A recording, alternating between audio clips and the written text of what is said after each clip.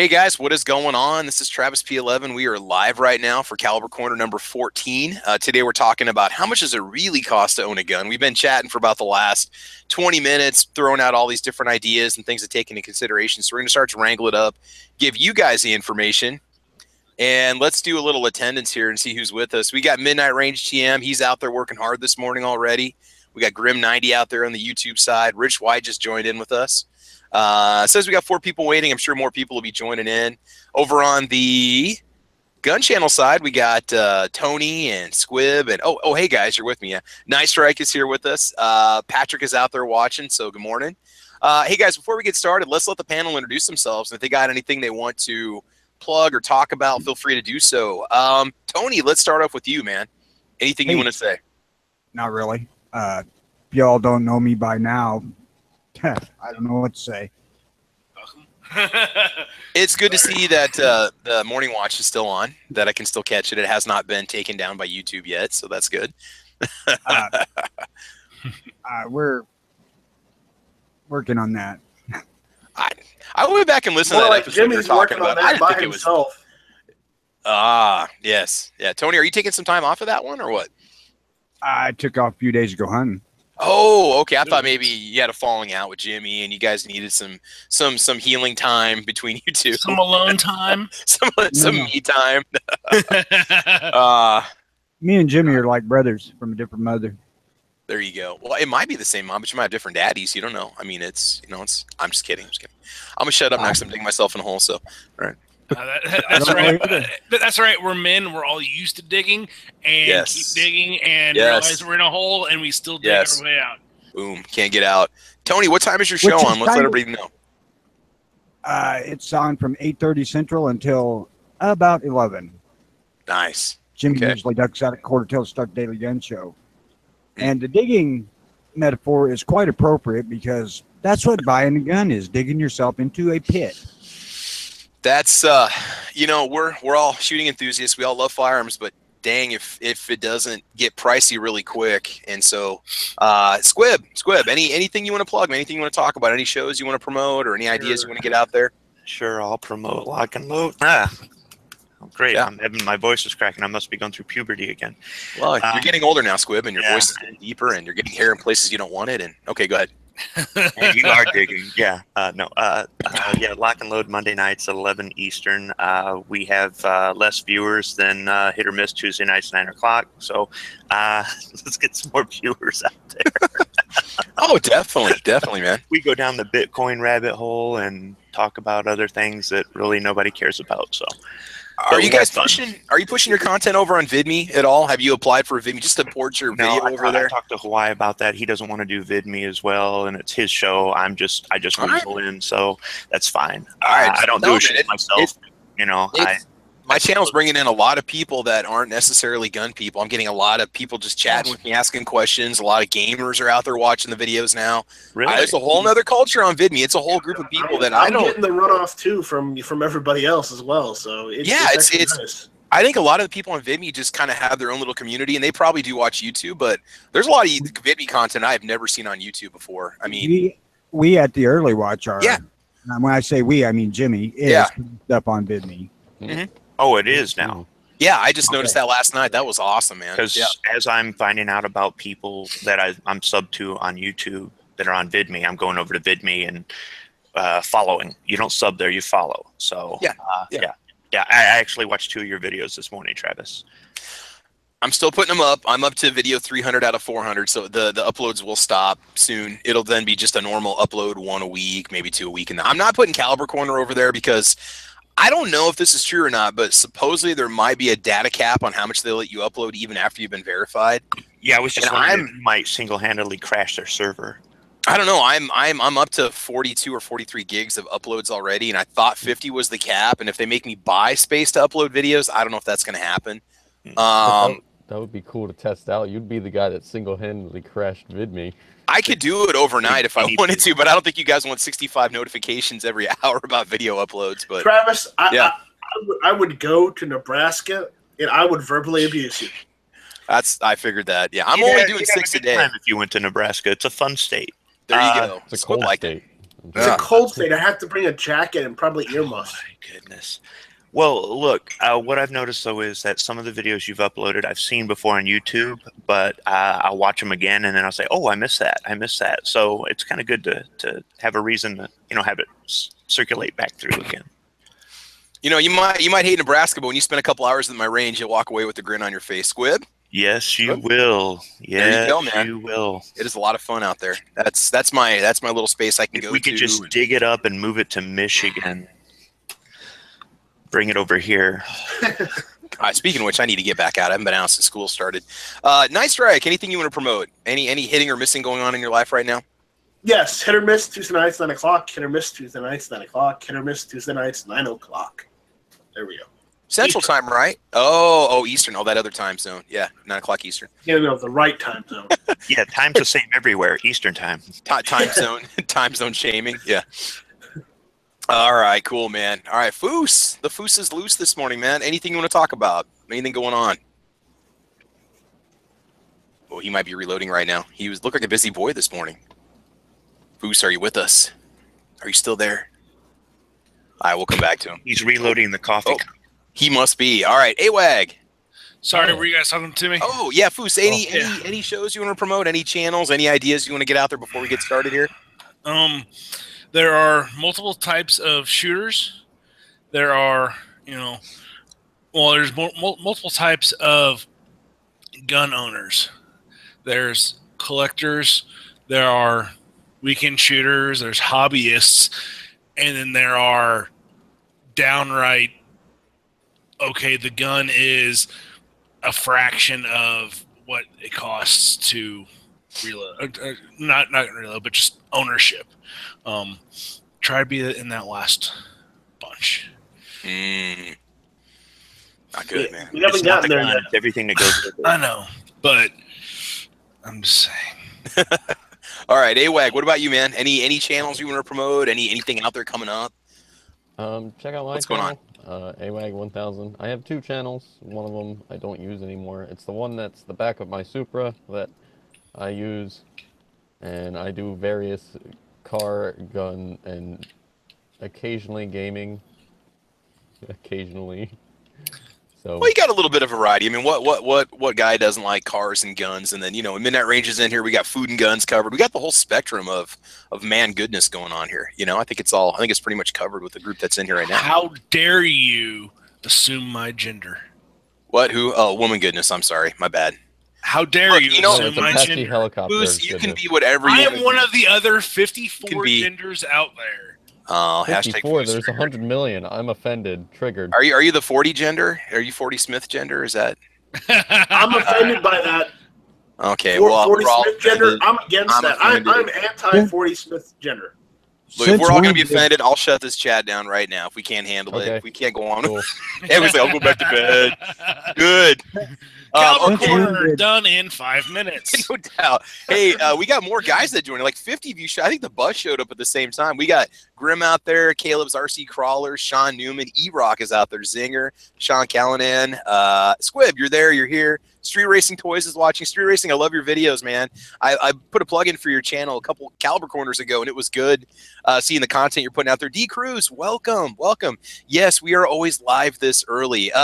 The reason why I choose this time is because it doesn't interrupt any of the Gun Channel shows. And also, this is the kind of podcast where if you got something to work on all day around the house, just put it on your laptop, crank up the volume, or if you're going to be on the road, you want something to listen to, put it on. This is way better than anything that's on the radio right now anyway. Cycle Camp is out there. Cycle Camp, if you want to join in, we'll get you a link, buddy. Sean Newman is out there. Everybody's here. Rich White is with us. That's right. He just jumped out of the Veritech fighter. He's joining us right now. Wanky chat. Oh, no, this will be no wanky chat. We're here to talk about gun goodness this morning. So yeah, we don't invite Yankee to these chats. I'd be more than happy if he wants to join in. I'm sorry. I'll admit it. I've been watching his videos for years. My wife and I are fans. I put it on in the afternoons when I come home. I'd love to have him join in a chat. I think that'd be cool.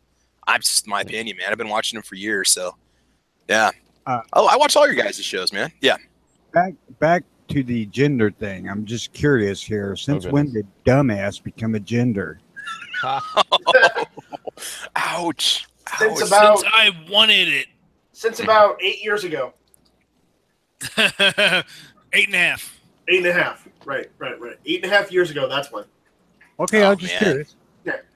Okay, all right, there we go. Now you know, and knowing is half the battle. So, Joe. all right, let's fire it up. I got a feeling we have a lot to talk about. So this chat's intended for anybody that's a seasoned gun owner, anybody that's just getting into firearms. If you're looking to get your first firearm, you see that advertisement for Academy Sports in the newspaper or online. You get that sales alert from PSA. You're looking to get that first gun. Doesn't matter if it's an AR or maybe you want to go buy a parts kit. You want to buy a pistol. You want to buy something. There's a lot more that goes into the gun when you make the purchase, aside from just the ammo. Now, a lot of this is obvious, but what I want to do is have us share some of the mistakes that we made before when we bought a firearm, maybe not looking ahead at what the real cost was going to be when it was all said and done. And also just kind of talk about some basic things you need to know if you get into this. I mean, what are the mistakes that we made before? What is the true cost of owning a gun? All right, guys, feel free, set free. What's Cycle Camp's with us? First. Welcome. Good morning. You've got mail. I'll go first. Yeah, please share it. Like, if you made a mistake on a gun, what do we need to take into consideration? I'm looking at that $400 Rock Island Armory 1911, or it's $375, right? I'm going to order it. What's going to happen? Okay, so Well, in my particular case, I bought a Remington 700 BDL in the wonderful caliber of 25-06. Now, I did a lot of research on this, and 25-06 had what I wanted. What I didn't check into was where the hell you get 25-06 ammo. Wait, Nowhere in central Illinois, I can tell you. That's a caliber? I don't know if you've even heard of that before. Yeah, it's an old-ass caliber. In a new rifle. Oh. Now, this has been 20 years ago that I did it, but it was my first real purchase of a centerfire rifle for the purpose of coyote hunting. I didn't want 22-250 because everybody had that. Yeah. And I bought this friggin' 25-06. Great gun, but there is just no ammo for it back then. And on top of the ammo, you have to look at how much are you going to shoot it. If you're only going to shoot it like hunting or something like that, you most likely don't need spare parts because it's not going to be a high-use gun. So you don't have to worry about that. But if you're like, oh, I want to buy this gun because I want to, train or put 1,000 rounds a month through it or something like that. Of course, I'm talking about pistols because rifles is a little bit harder to put 1,000 through because of expenses. But anyway, you got to start looking, can I get spare parts? Sometimes, depending on which guns, I know Springfield, like the XDs and stuff, if you break that, good luck finding parts. Don't they ship all those XD parts over from Turkey? Serbia or Croatia, same thing. Croatia, it's like 10,000 miles away. But yeah, I mean, but Travis' favorite country. You have to look at parts because they're a machine. They will break. So definitely look at that. Look at if you're going to shoot high volumes. Look at magazines. Look and see if you could replace springs. All that stuff is maintenance that you need to do. Just like on a vehicle, you're not going to buy a vehicle, drive it. Oh, I'm going to drive this 100,000 miles and never change the oil. Yeah. I've seen people that done that before. It's not pretty. No, because they get about 75,000 on it, and the oil's all gone. Tony, what were you looking at for ammo costs? What are we talking here on that 25-06? What was it for a box of shells when you could finally find it? Back then, they were about $1.75 a round. Oh, which doesn't seem that far out right now, but 30-06 would have been like 60 cents a round for the off-the-shelf stuff. Yeah. Yep. So popularity of caliber matters. I mean, like with that, it didn't cost no $1.30 to make that. What it was is supply and demand. If you want to get an unusual caliber because of the cool factor or just for the challenge of it, or it's just something, maybe it's a historical caliber, you know all about that, Foos, right? You want to get an older historical gun and they only made it one caliber, or it's an obsolete caliber, something like that, then you need to accept the fact that you're going to have to own up to the ammo costs or having to learn how to reload to make your own ammo or whatever it is that comes with it.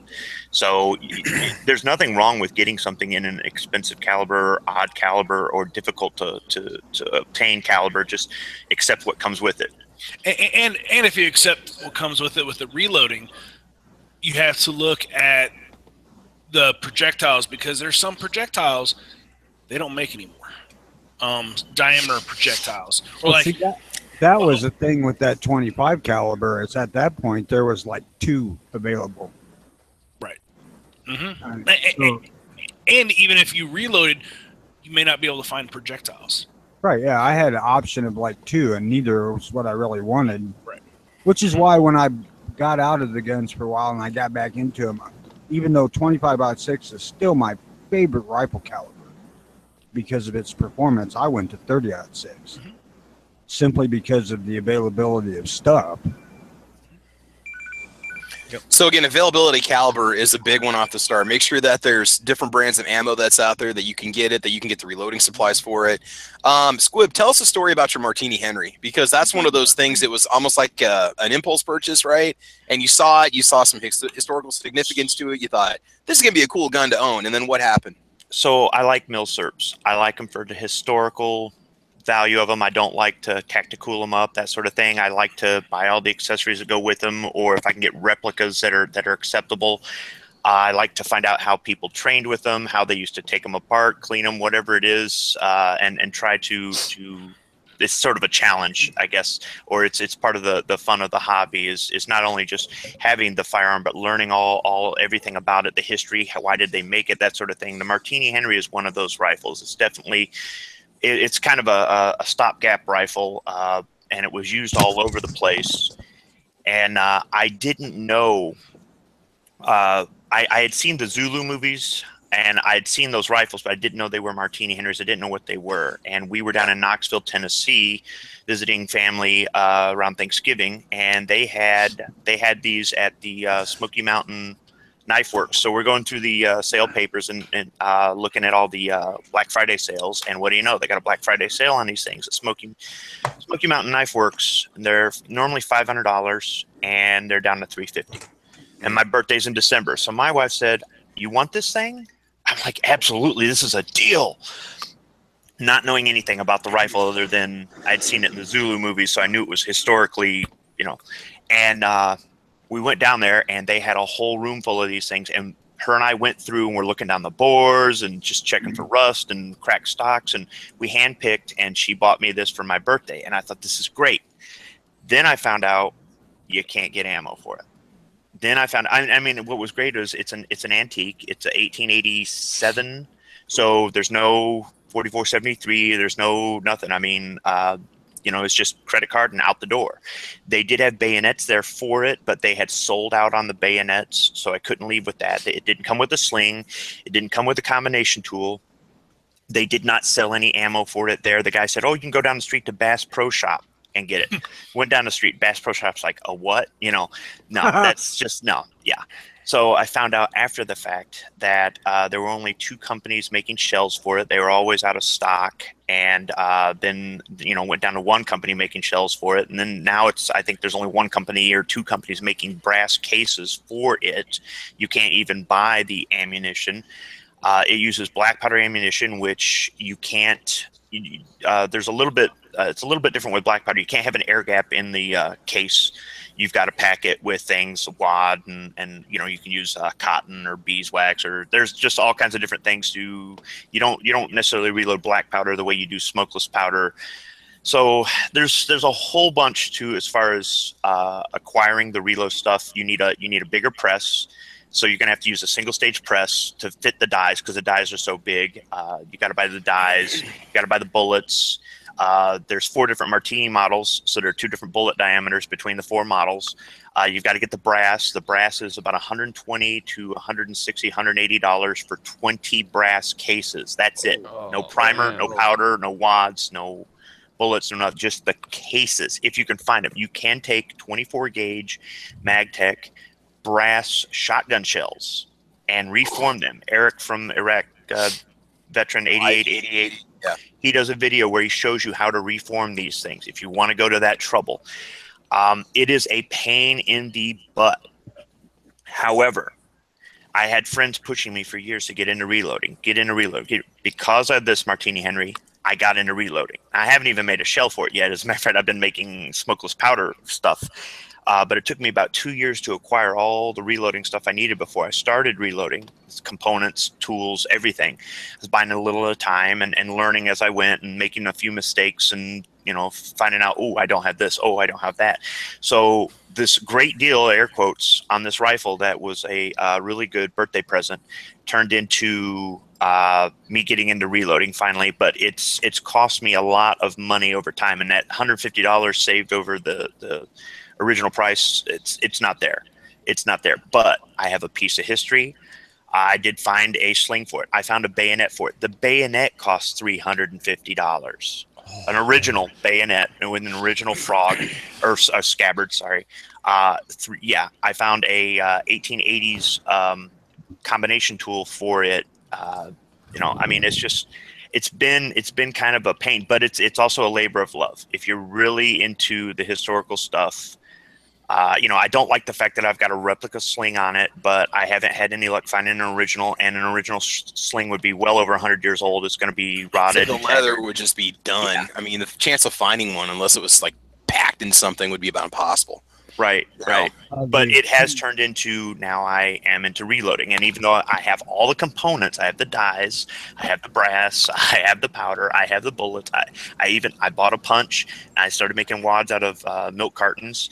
And, you use cotton and beeswax. Well, I can get beeswax from Carmex Lip Balm, or I can just buy beeswax if I wanted to lube and pack and blah, blah, blah, blah, blah. You take a wooden dowel and you pack everything down into the case. And there's lots of instructions online how to do it. I still have not made one shell, despite the fact that Sean Ponnery from Gun Channels keeps shaming me into doing it. And I just haven't done it. But, eventually I will, and I'll finally get to shoot this thing. I have located spare parts from a couple different sources, and I have bought them.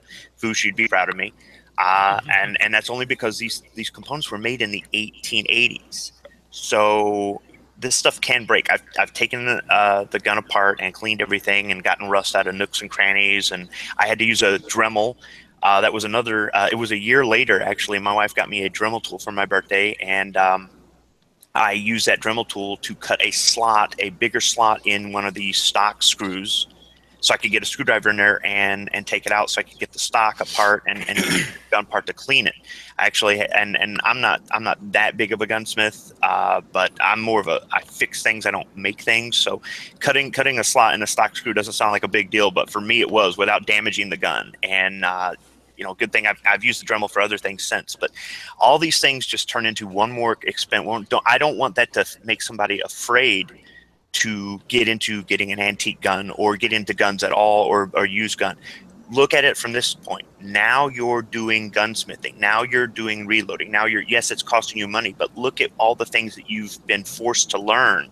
And I enjoy reloading, and I do enjoy being able to fix my own guns.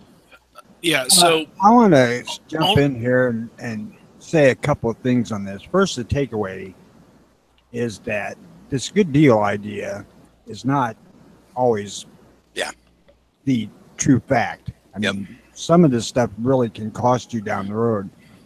And secondly, and far more importantly, is don't listen to freaking Ponnery. Well, I mean, you do have to. It all depends on what you want. But he's right though. I got the reloading stuff for the Martini, and I haven't made one shell, and I have no excuse for it other than, I mean, I could start making excuses, but whatever. Well, it depends on what you want for it. You want it for the historical aspect. Some people are like, "Oh man, this old gun is cool. I want to hang it on my wall." And then it is just that. I think the appeal for some people was you don't have to do a 4473 and you get something that isn't a muzzle loader. Mm-hmm. And it's kind of like this. I mean, 4473 is a pain in the butt and whatnot, but I mean, we can all pass one. So big deal. It's a little bit of paperwork. I don't care. I would have filled it out if they had made me do it. I like the fact that they do have a law about that. They need to get rid of them altogether, but that's a whole nother show. Yeah. But The whole thing is, though, for me, it wasn't I don't have to fill any paperwork or anything. It was a historic, but I do want to shoot it. I do want to be able to shoot it. So your Martini Henry, when was it made? 1887, 1886. Okay. And see, I'm not one of these guys that's going to cut down the stock, or I'm not one of these guys who's going to tactical it out. I want it to be as original as possible. So I have a 1895 Chilean Mauser and 7mm Mauser. So just a few years newer, and I still didn't have to do the 44-73, and it's in a serviceable caliber that I can still go out to the store and buy, and brass is fairly decent.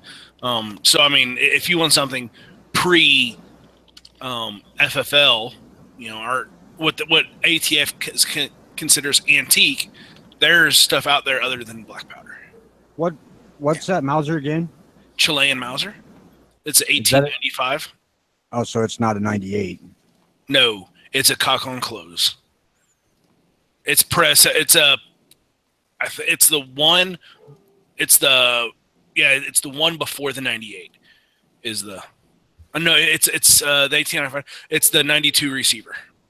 My bucket list gun is a 98, completely sporterized. Okay. Oh yeah, you were saying that. How you wanted to, yeah. And that's another thing. Tony wants to get into a gun for the action and to build it up himself. So that's totally different cost of ownership, because cost of ownership is the receiver alone. Well, you could also look at it like this. You could have one that's historically accurate and one that's sporterized. Now you have two guns. So because I've got a sporterized Enfield, and my buddy wanted to sell it to me, and I'm like, man, I don't want that thing. I want an original World War II Enfield. I don't want this. It's been, you know, they put a different stock, they put a different barrel, different sights, blah, blah. It's ruined the gun. I thought about it for about a year, and I'm like, man, I should have bought that gun, a deer rifle in 303. Not that you can't use an original military rifle for hunting, you can, but this one had better sights and better. I mean, it was set up better for deer hunting. And we were at a party, and I'm like, hey, man, you did sell that thing? He goes, no, I haven't sold it yet. Why? It's not still for sale. He goes, yeah, you want it now? He was going to go down to his house and go get it, you know. So I ended up buying the rifle. So now I have two Enfields. I have a military one and I have a sporterized one. So that gets into another thing, is you get into some of these older milsurps where you have to make the ammo and you take game to feed your family with it. That's something else that is very interesting to me. I don't deer hunt much, but I would love to take my Mosin out, which that's why I usually deer hunt. I deer hunt with a Type 53 Mosin, Chinese replica of the Type 44. But anyway, I cast my own projectiles. I would love to take game for feeding my family, or feeding me, since anyway, with cast stuff. My own stuff. I think it would be awesome. More fun knowing that you made the bullets and you reloaded or hand loaded the shells. I'm going deer hunting for the first time this year, and I'm considering taking some hand loads that I made, just because it would kind of make the whole thing complete. I mean, other than butchering it myself, which I won't be doing, but it does turn into part of the satisfaction. But once again, you get into more costs. After a while, though, if you start enjoying this stuff more, the cost doesn't matter to you, because it's like any other hobby. Once you start getting into it and it starts becoming a money pit, yes, but do you really enjoy it? Is this fun? Do you get to network out and meet with other people? Do you like what you do? Is it a good thing? Is it something you can do with your friends or your family, or get your kids into, or whatever? Yeah, sure it is. So yeah, after a while though, you don't. I mean, the cost is there. You warn other gun owners or new gun owners about what they might get into, but also, you know, once you start thinking about how much fun it is, it's okay. Yeah, I mean, well, think about this. You know, let's say you want to go to your favorite professional or college sports team. Well, let's use baseball. You know, you go out and you get season tickets, and you may drop several, like, let's say 5,000. I don't know how much season tickets are. 5,000 a year on it, on season tickets. a lot of those games are during the week, during the middle of the day. You're at work. You go after work and weekends. So out of that $5,000, you may go 30 times. Whereas you spend $5,000 in guns, you could shoot, or let's say you buy one, and then you get, buy one for $500, then you use the other $4,500 for, components and all the accessories and stuff like that. Not only can you use that more than 30 some odd times, you take your friends, take your family, it becomes a hobby with everyone, and at the end of the time, at the end of that year, you still have stuff that has value. Tangible objects. Yeah, and at the end of your life, it becomes a family heirloom for your kids or grandkids to inherit. And the memories of, how many of you guys look back and to a sporting event from your youth and go, oh man, I remember that, with that you actually did. Yeah, you could remember stuff, the players that happened on the field, but you can't be like, oh, I remember the first time I hit 1,000-yard gong. Both my grandfathers are gone. I can remember one of my grandfathers trying to help me fix my first gun, which was a piece of crap, and he was an amateur gunsmith, and he did his best to try to help me. And I can remember my other grandfather going out and taking me squirrel hunting for the first time, and we'd go out and shoot his Colt revolver, and just had a good old time. And I want my kids to have those sorts of memories, and hopefully one day I have grandkids and I can spoil them and get them their first gun and things like that too. So yeah, this stuff, it does the stuff wears out, but that's what you got spare parts for or whatnot. But this is stuff that you can pass down knowledge, memories, and actual tangible items. Yes. I would like to go ahead, say something here right quick on the old antique military stuff, the milsurb guns. If you're out there and you have a mind that you want to build you a gun, do not hack up a vintage milsurb gun. I mean, you can find them out there. Yeah, you can find them out there already hacked up, especially shit like Mausers, because there's a bazillion Mausers. Everybody was building guns off of them in the 50s. Hacking the living shit out of them.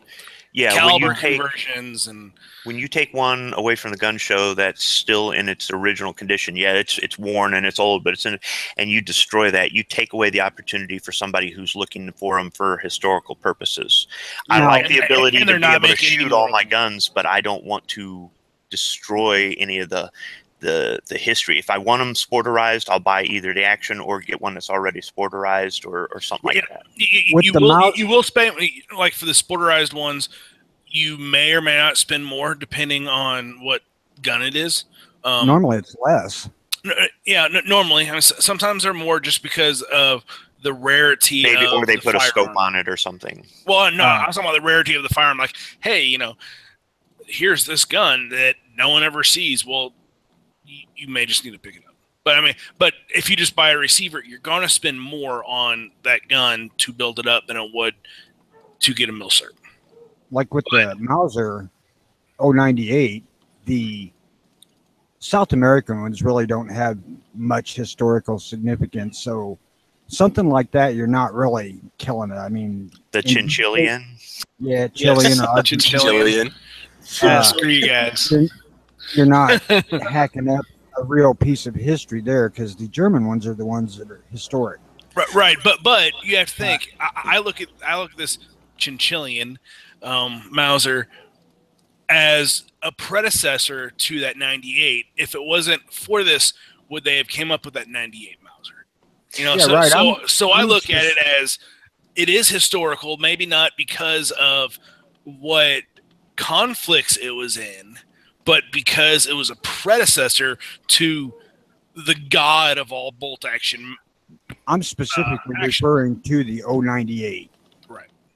Not any other Mauser, just that one, because millions of those things. Yes. Okay. So you're saying a 98 Mauser action that was sold to a South American country or something like that.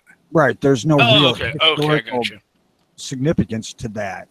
Other than it's a Mauser 98 action.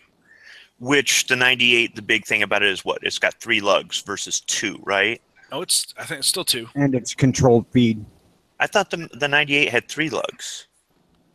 Thought it had 2 in the front and 1 in the back or something. Yeah, the back's a safety lug. Yeah, it's not a. And that's the significant difference. There's a short action, long action on it, I think, or something. Yeah, there's short action, long action. It's control feed. So as soon as the round comes up, like if you have a Remington 700 and you start to put one in the chamber, you're like, I don't want chamber, and you pull it out, and you open the bolt without fully closing it, the extractor is not on the rim.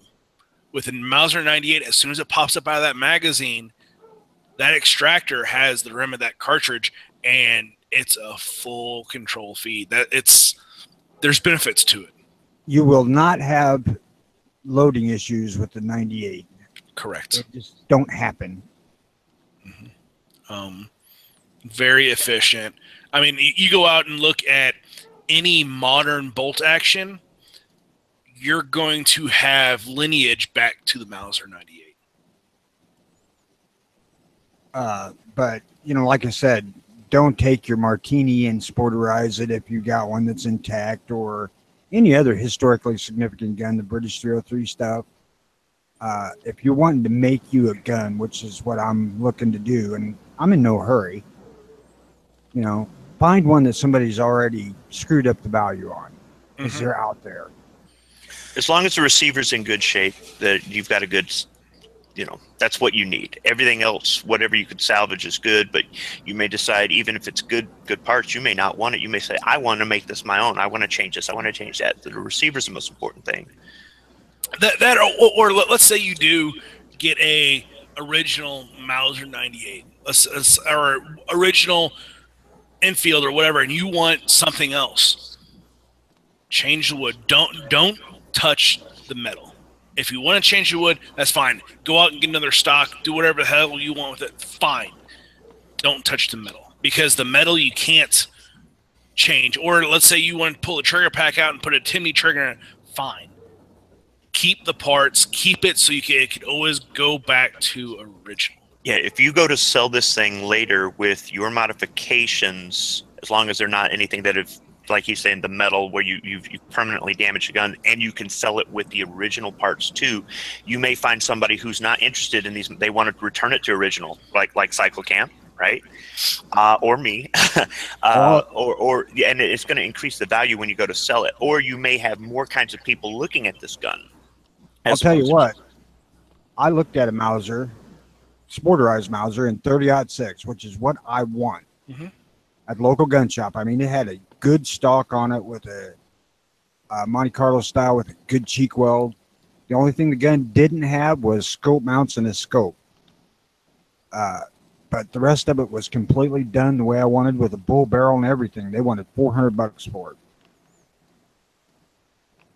Just because when you take them apart and you reconfigure them to suit you, you just kill their freaking value. In almost every instance. Yeah, don't even get me started on sporterized. And some of these Mauser 98s that were converted to .6, that has a lineage and a history of its own.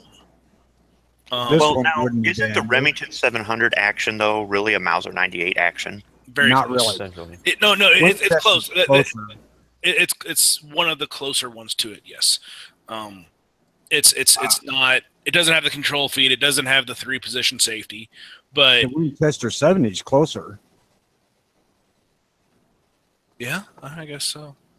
And you can see how, for somebody new getting into guns, they get their first gun, they're starting to shoot, they start going to the range. Now they're seeing other people with all these other guns they've never seen before. They're going to gun shows. They've never gone to gun shows before, and they're seeing all these guns. What is this? What is this? What is this?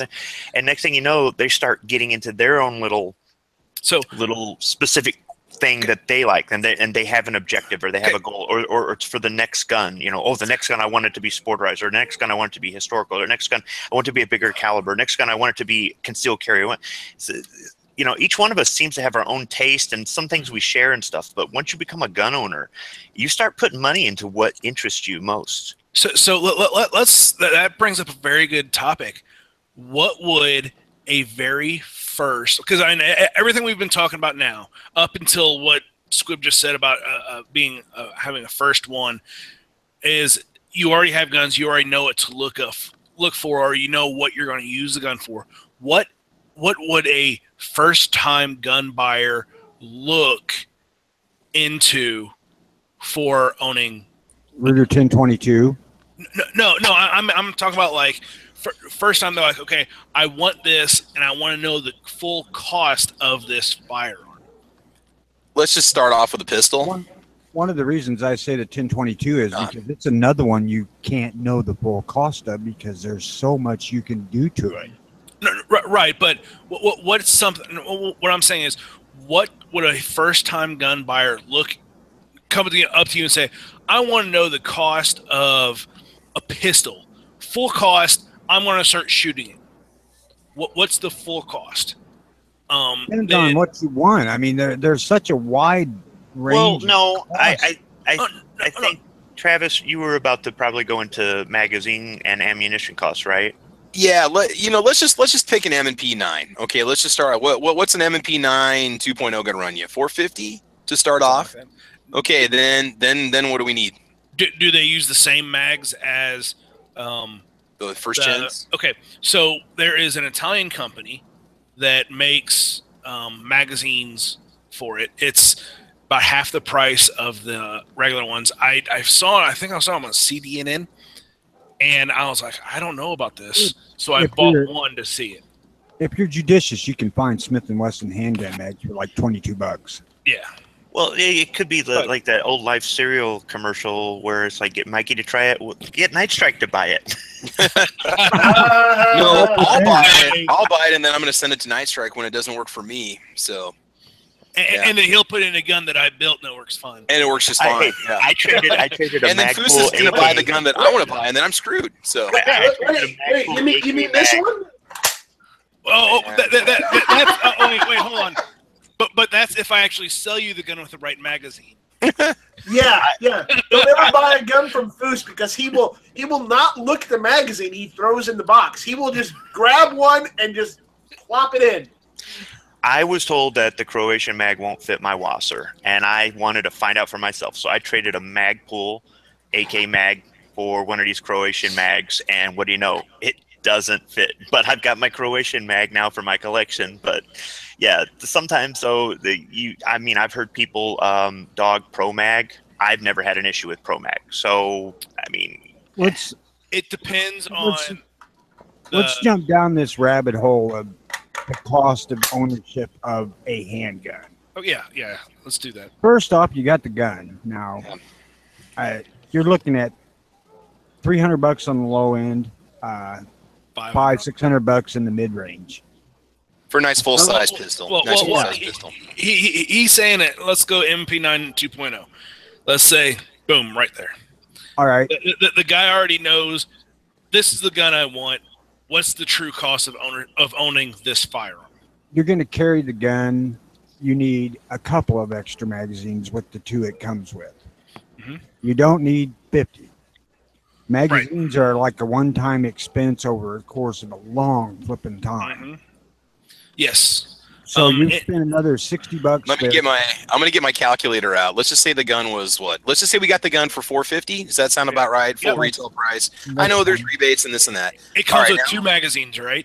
Okay, we want two more mags for $60.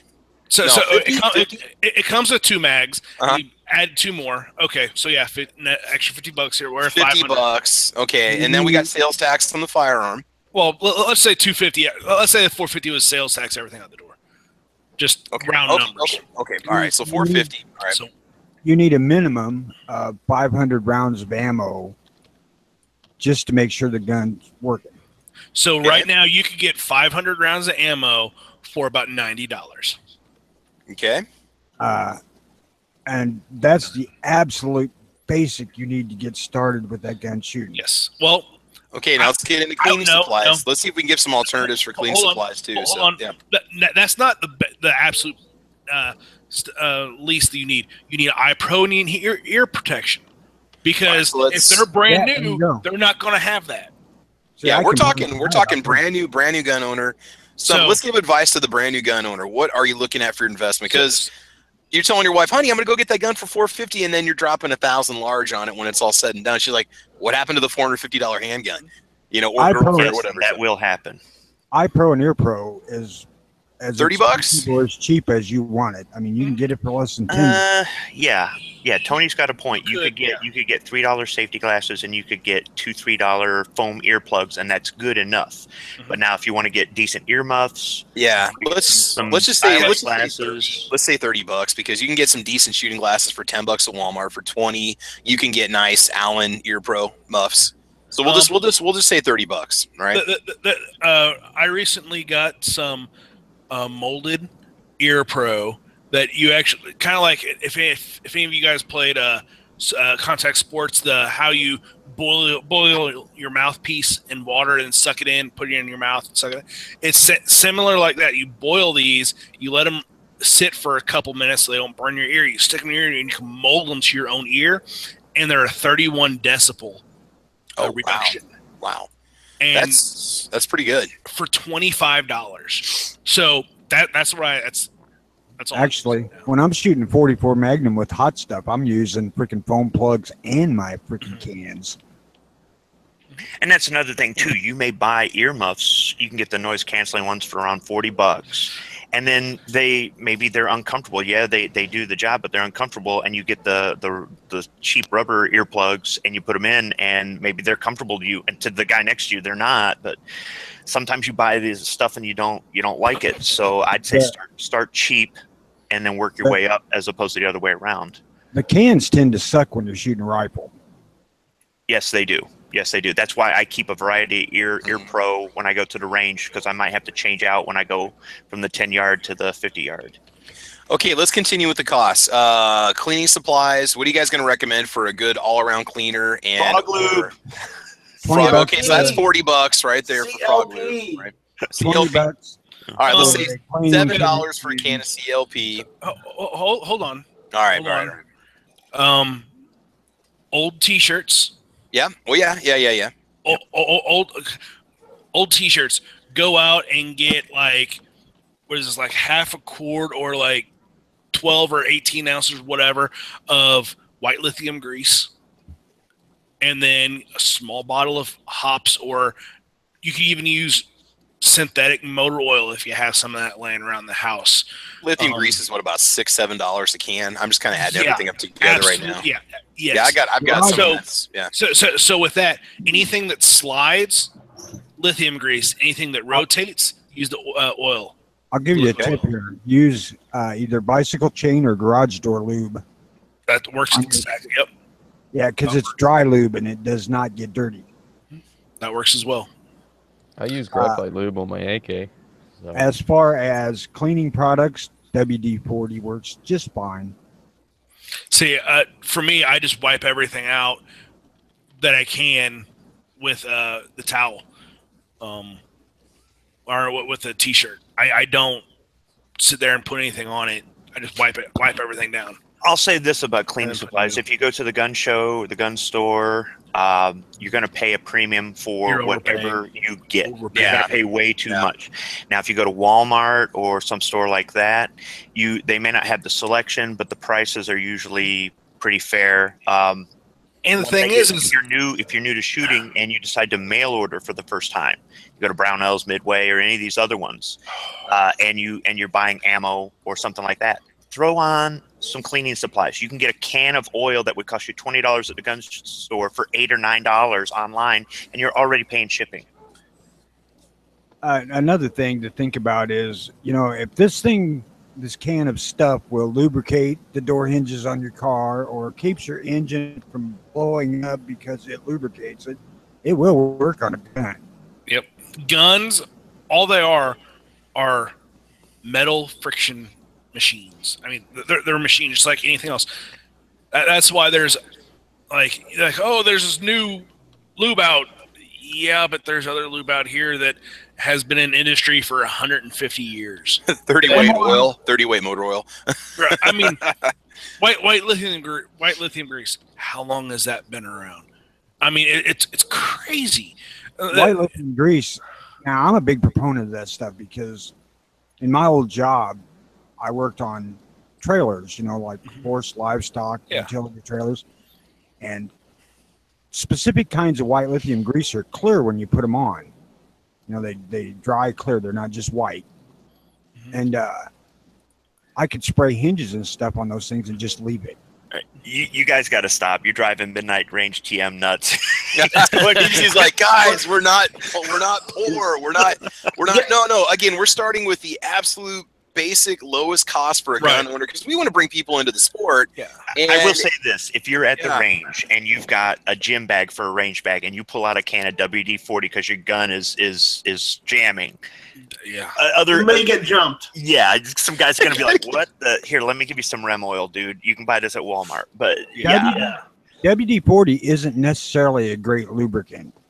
No, it's a water. It works for some things. It's just not. Rem oil is $6 a can. You know what? A can of Rem oil is probably about as much as a can of WD-40. And I would recommend get the Rem oil at Walmart. Don't get it at Bass Pro. It's a rip off at Bass Pro. Yeah, Walmart. It's like $4.69 for a big can or something, or $6.79 for. I don't know. I just bought one the other day. You're grocery shopping, you throw in a can of Rem oil, and you go, "But honey, we're at the grocery store." And a box of shells because you got a hungry gun. You have a hungry gun that needs to be fed. I have a 6-ounce bottle of Rem oil sitting here on my desk that I bought 2 years ago, and it's still got 2 ounces in it. I don't use it much. It's not like I soak the damn gun in it. I love Rem oil. I like the way it smells. So, I like the way hops smells. WD-40 is a good solvent. Frog lube. I'm trying frog lube. Hey guys, Clayton on the Gun Channel side, do you guys have any experience with Ballistol? I cannot buy this locally. I have to order it. I can't get it anywhere. I have ordered it before. Once again, throwing on with something I bought at Midway or Brownells or Natchez or one of these, right? Because Hickok suggested it. It works fine. It works fine. Okay, what is it? Is it comparable to Rem oil? Is it much different than Rem oil? What is the core difference? It's kind of half WD-40, half Rem oil. Okay. Rem oil is not a good cleaner. No, Rem oil is good if your firearm starts to jam. Yeah, I use CLP for cleaning, and then I usually finish up with Rem oil. It's just a light lubricant. And you can't go wrong with CLP, but if you get original break-free CLP, the stuff is expensive. You can't go wrong with it. It is what it is. Cleaner, lubricant, protectant. So whenever you start getting into some like aerosol stuff, some of these aerosol, because we have kind of like talked like CLP, I know that comes in aerosol. Rem oil comes in aerosol. A lot of these, and same with Ballistol, they come in aerosol liquid. Yeah. You have to look, and some of these, if you have a plastic gun, some of these cleaners, if you spray them on their plastic, it will degrade your plastic. So. Be very careful. If you guys ever go out and buy Safariland Powder Blast, that stuff is nasty. Don't use it in your house. It's junk. I mean, I used it on my Mosin the first time I got it just to clear out the bore, and that was it. That stuff it says it'll eat plastic, so. Midnight Range says he thinks Lubriderm's on sale.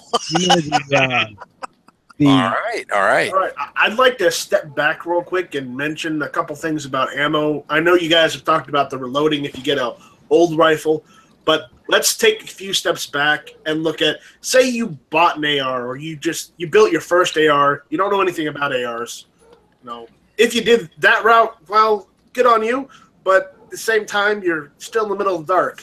I made a few mistakes when I built my first AR. One of the mistakes was not getting a brass rod so I could, get some of the ammunition out of the stuck cases out of my AR. Because when I started shooting with my AR, I bought I don't know how much because it was on sale at Walmart of Tula 223. Yeah. The steel case stuff. Yeah. And here's the thing about the steel case stuff. Sometimes when you're shooting it, and if it gets really hot, the cases will get stuck in the barrel. So you'll have to get a brass rod to shim that out. Or just a solid one-piece rod too. You get a solid one-piece rod for $6 at Walmart. So real quick, let's talk about why that happened. It's not because it's shitty ammo. It's because of how the case is a straight-walled case, meaning from the head to the shoulder. They have straight-walled case. They have to protect that steel from rusting, so they put a coating on it that can melt if it gets hot. But also that steel it doesn't expand and contract as fast as brass. So it can expand at a slower rate as your bolt is starting to pull out. So you have a lot more friction in there as well. Whereas an AK, because it's tapered, as that as the steel expands, it's expanding against the tapered chamber, and as that bolt starts to pull out, you don't have all the friction of the entire flat of the round inside your chamber. Right. Yeah, I want to go back to the oil thing for just a second. Yeah, because, you know, a first-time gun owner, they can drop a lot of money on cleaning supplies and this and that. They get sold on the next big thing, and before you know it, they drop $20 on some SEAL Team 6 lube that, you know, they could have got by with just using some rim oil. Whoever said that mixing half rim oil with half WD-40 is onto a really good idea. You can also mix WD-40 with motor oil, about 10%. And use good motor oil, but it works too. The go-to oil for a gun back in the day, there was two. And this was before rim oil and that kind of stuff was really a big thing. Number one was Singer sewing machine oil. And number two was 3-in-1. Yeah. A little like 2 or 3 ounce can of either of these would last many years. And you just put a little drop of oil where the gun needs lubed, and that was it. So all of this name brand, new, great, wonderful crap, most of it's just horse shit. By the way, you can still buy Singer sewing machine oil. I doubt that it's what it was. It's probably not as good as it used to be, but they still sell it. At the end, it's what you prefer. It's what you can get, and it's what you prefer. We all have different opinions on it. We've all had different experiences. This works, this sucks, this whatever. If you don't know, you ask somebody else. Maybe you want some advice, you know. But at the end of the day, it's what can you get either locally or if you are willing to mail order, and what you like. I mean, sometimes the reason I kept throwing out frog lube isn't because frog lube's great or bad. It's just fine. For me, it's just fine. It's that I don't have to hear about anybody in the house complain about the smell. So it cleans a gun, but it doesn't. It smells like mint, right? So it's good enough. But otherwise, though, if it was just me in the garage or something, then I don't care if it stinks like gun oil. It's fine. So you just have to find what works, and having a variety isn't bad either. And you can use some automotive things or machine oil or things like that. If that's what you find that works. I mean, my grandpa used to take 10W30 and coat his shotguns in it, a thin coat when he put them in storage, right? Just for preservative. Whereas I would use CLP today, whatever. If I'm lubing up a handgun, semi-auto handgun for a severe duty situation, you know, like I'm going to go out and shoot it 500 times, I would use a dry lube, being like garage door track lube or bicycle chain lube. Both those are dry lubes, and the gun does not tend to gum itself up inside with a dry lube. But you know, it's dry lube, so you have to come home, clean the gun, and oil it up with something that'll protect it when you get done. It's not a be-all, end-all solution. It's just good to keep the gun going when you're using it a lot. Yeah. Yeah, I've seen that Lucas Extreme CLP Squib. I've yet to actually try that. What does that run for a bottle or a can? When I order it, it's about between I think $9 and $13 a spray can. Okay. And I've used it before. I've used the regular Lucas gun oil, the little bottle, the red gun oil. They sell it at the local auto parts store with the Lucas, you know, power steering fluid and all that other stuff. And the Lucas gun oil works pretty good. I've used it in a couple different guns, and it works okay. It's about equivalent to CLP. The Extreme CLP is just, it's in an aerosol can, so you can spray it in those nooks and crannies and that sort of thing. It smells like frog lube, so I don't get the complaint. It works just fine. I've got probably 12 different cleaning solvents or more on my reload bench. I mean, I've got a lot of things. There's some things like that Power Blast. I'm not going to use that ever again. But I mean, and I also keep non-chlorinated brake cleaner. So I mean, So the aerosol stuff is great, but you are going to waste a lot just because of overspray and stuff like that. It's nice to have a bottle of the liquid stuff that you can put on patches. It's nice to have a bottle of liquid stuff you can put on the side of the receiver and scrub with an old toothbrush. But it's also nice to have the aerosol with the spray nozzle, so you can get into them. Yeah, so eventually, as the new gun owner, you'll figure out what works, or you'll start seeing your buddies clean guns, or you'll try something out and go, oh, this is no good, or oh man, I got to get more of this. Or man, if they only had this in an aerosol, and then you find out they do have it in an aerosol. But now, what about a cleaning kit? A decent cleaning kit's about $30. Yeah, let's add that to the list. I mean, even a cheap, just like the brush 3-piece rod combo with the jag and stuff, you're still gonna drop $15, $20 on that. So I can make an AR-15 M16 cleaning kit fit almost anything. If I get adapters and whatnot, but that the Tapco one I think is about $30, or just your simple basic pistol or rifle kit, the Safari Land or the Hoppies one or whatever, they're all about $30. Yeah. Nice, Rick. I want to get to you real quick. What is the true cost of being a SETME owner? What is the true cost of buying a C308? Because here's the deal: we're seeing these advertised for $499 right now on ClassicFirearms.com. What is your experience with the SETME or with your C308? Well, I bought my one used, so there's a bit more involved.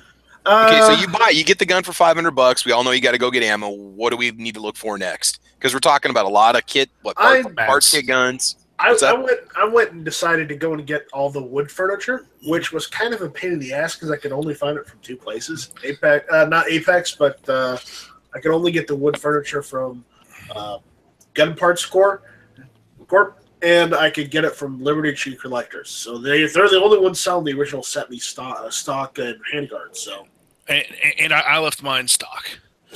Yeah, you left your stock. I also had to go and get the cleaning kit because it didn't come with the cleaning kit, even though it came with the bayonet lug. Yeah, mine didn't have a cleaning kit either. So I had to get that. So I would say probably another $200 or $300 on the side, minimum. Because I've also ordered parts that I'm waiting on right now because I'm changing the trigger about because it's bad. So again, we're talking parts too. Well, you also have to think of these C308s. Get the aluminum HK mags. Whenever I ordered them, I think I got them like $2.50 a piece. You could get them right now for $5. So stack however many you want. There are 20 rounders, and it's a roller lock gun, so it's not going to matter if it's steel or not. Actually, Foos, I'm going to say no on getting the HK Max because the SETME Max are on sale from a couple of shops right now for like $4.99 a piece. There you go. The original SETME Max, not the HKs. Okay. That's fine. I mean, but I know that the receiver is an HK receiver mag. So, and I know that there's slight differences in the mag itself. I don't know what the differences are, but I know that it's a PTR 91 receiver, so it's made for HK.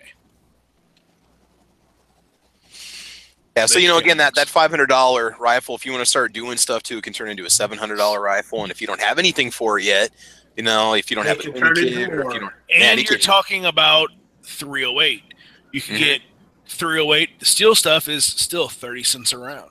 Walmart's got, I don't know, Walmart. You can get brass 308 you can get PPU brass 762 by 51 at Cabela's for $10 for a box of 20. Travis. Yeah.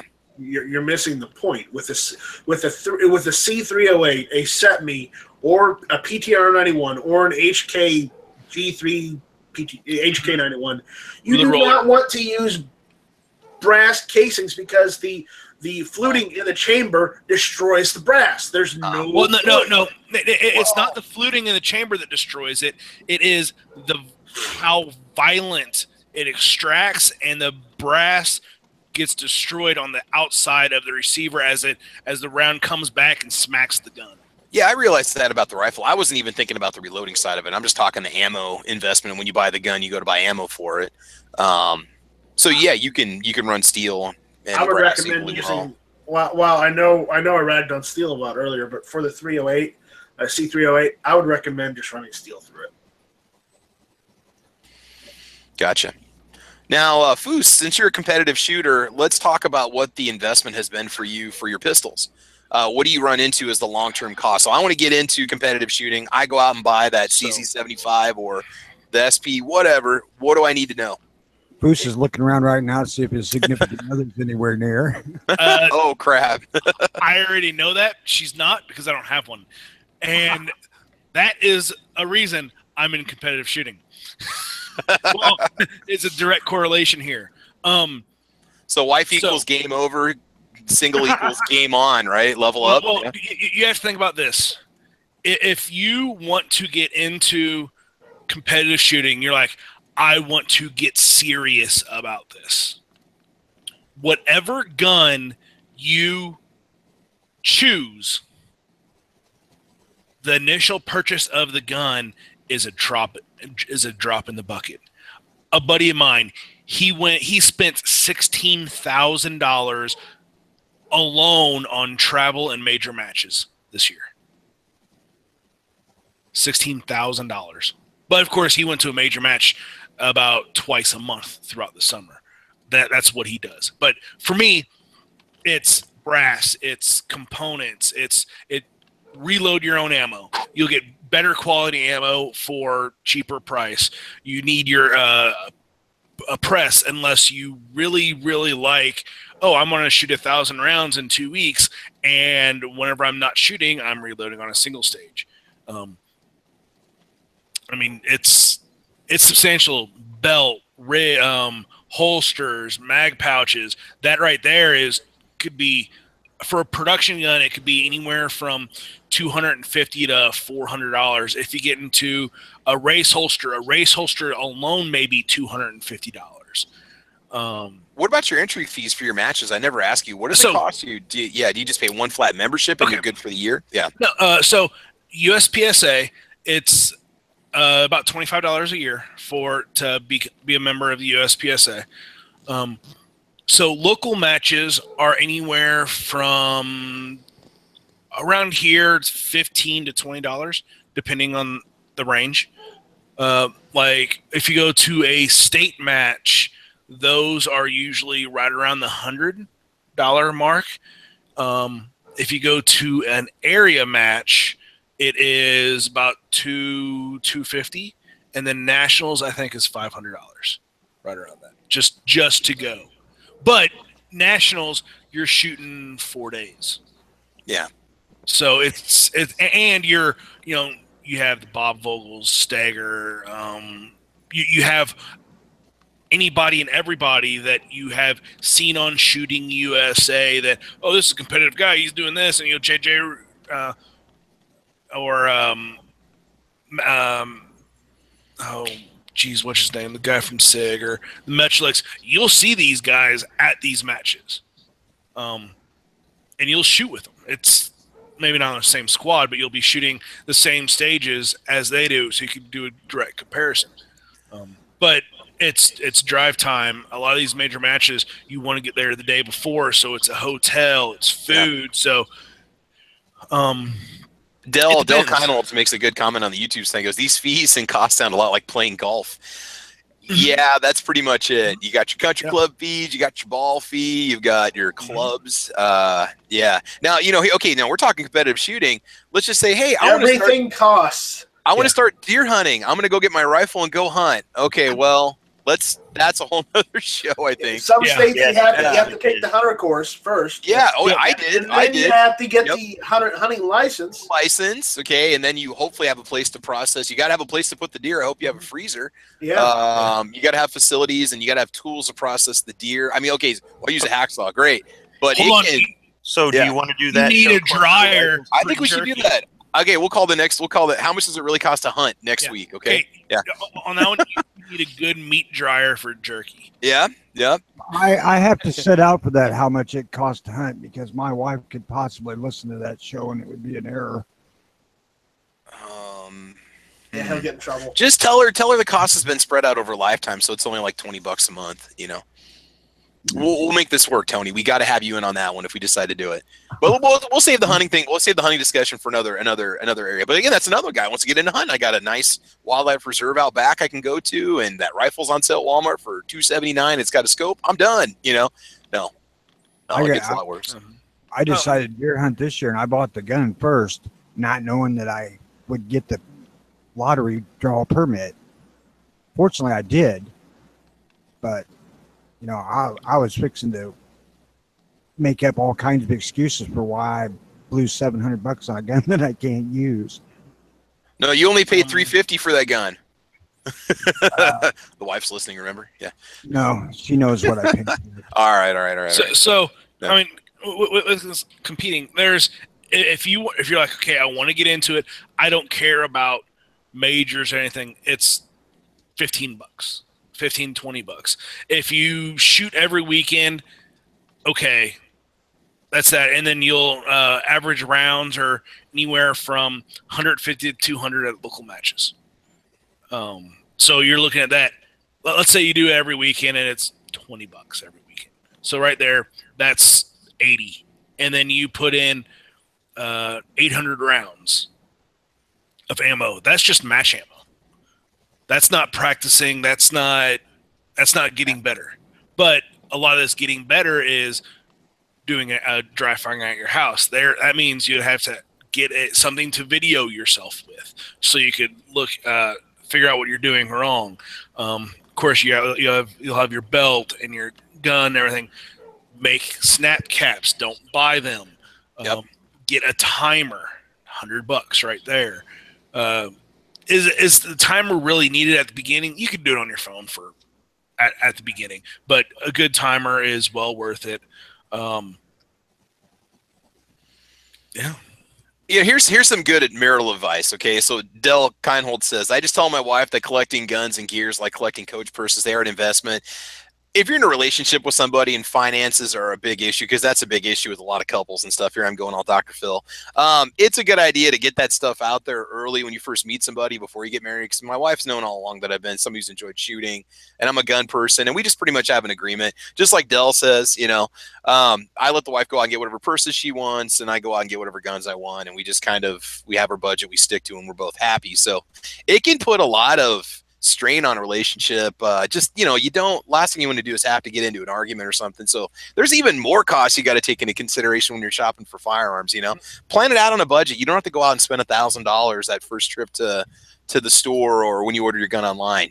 Kind of keep all that, because we want you to stay into the shooting sport. We want you to enjoy it. But if it's going to be a relationship issue, you kind of need to work through that. Hence why I'm single. There you go. But for those of us that have already, taken the plunge, so to speak, you gotta communication is going to be a big one when it comes to gun purchases.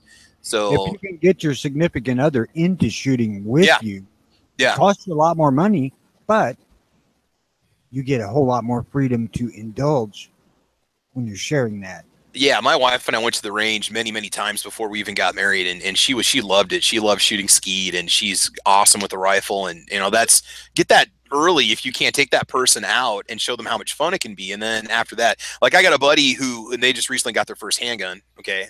And the wife didn't really want to spend the money, and then I took them both out to the range, and she was hooked. In fact, she ended up buying my Glock 17. She was so into it that it just brought her in, and she's like, oh, this is awesome. This is a great investment. Let's get it. And they bought it, and now they're already looking at another handgun for my friend.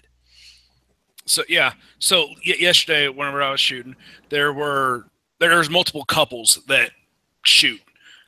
Definitely go, and if you get your wife shooting as well, that's awesome, because hopefully she'll start helping you with components instead of the purses. So, because I know both these two couples that I shot with yesterday.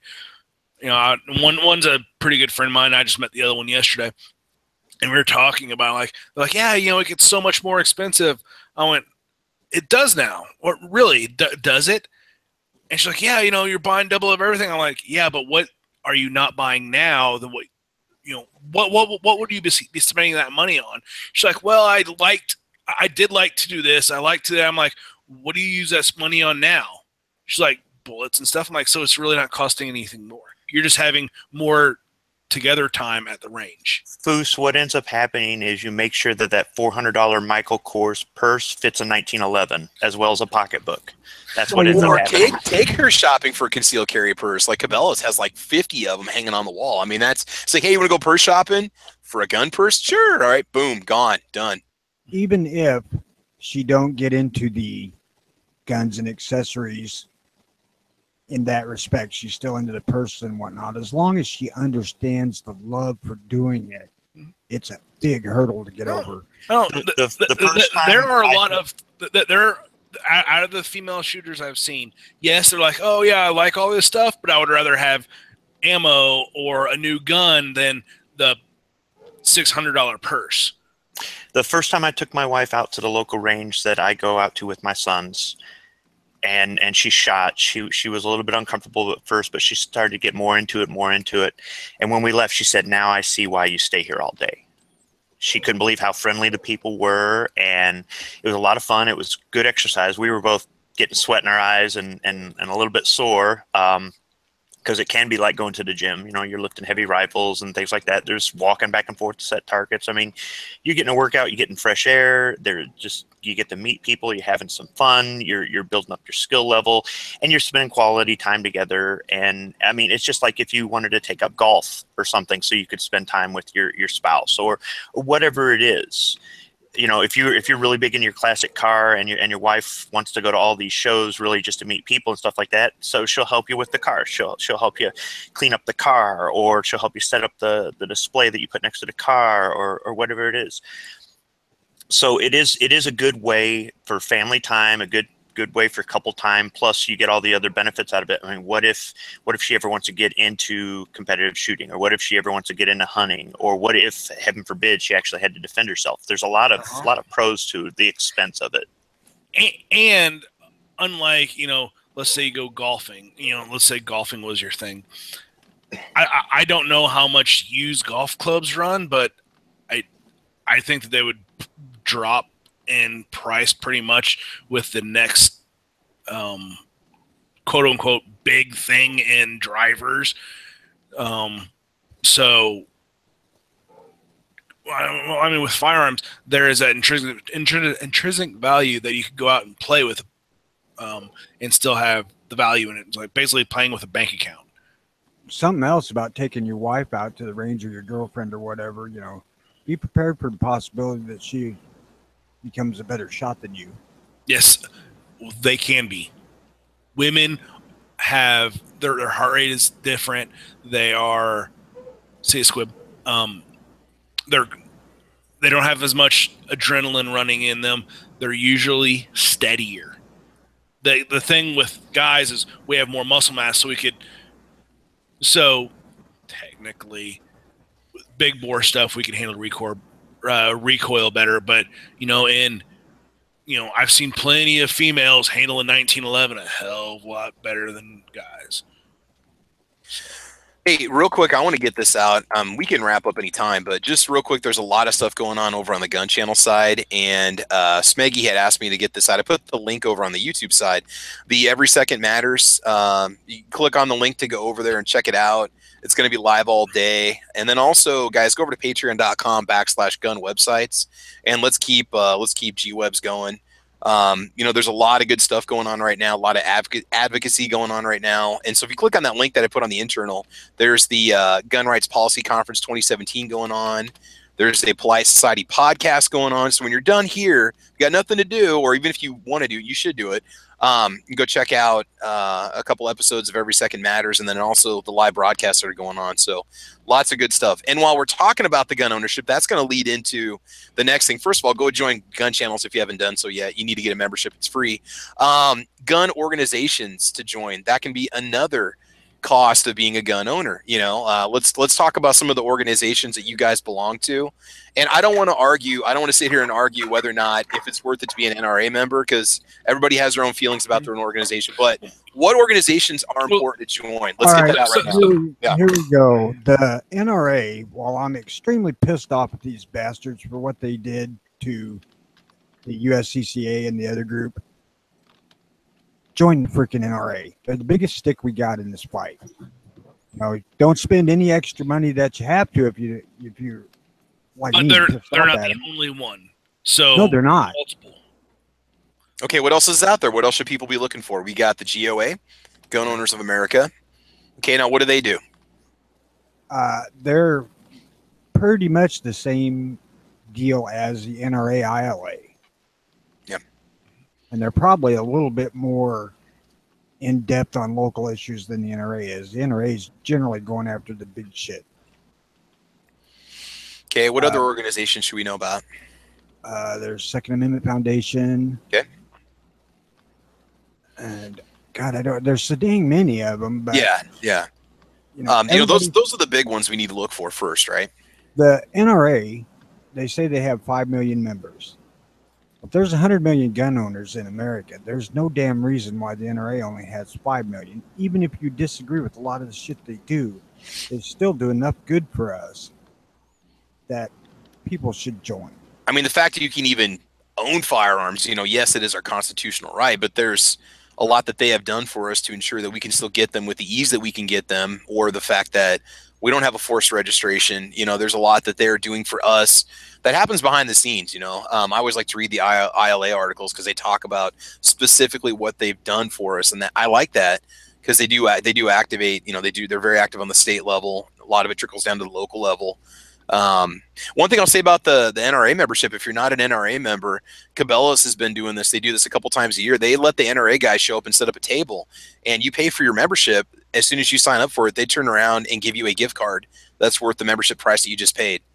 So it's free for the year. You get your money back. You get the gift card, and you can go buy something. I mean, it's not free, but it still offsets the cost of a membership.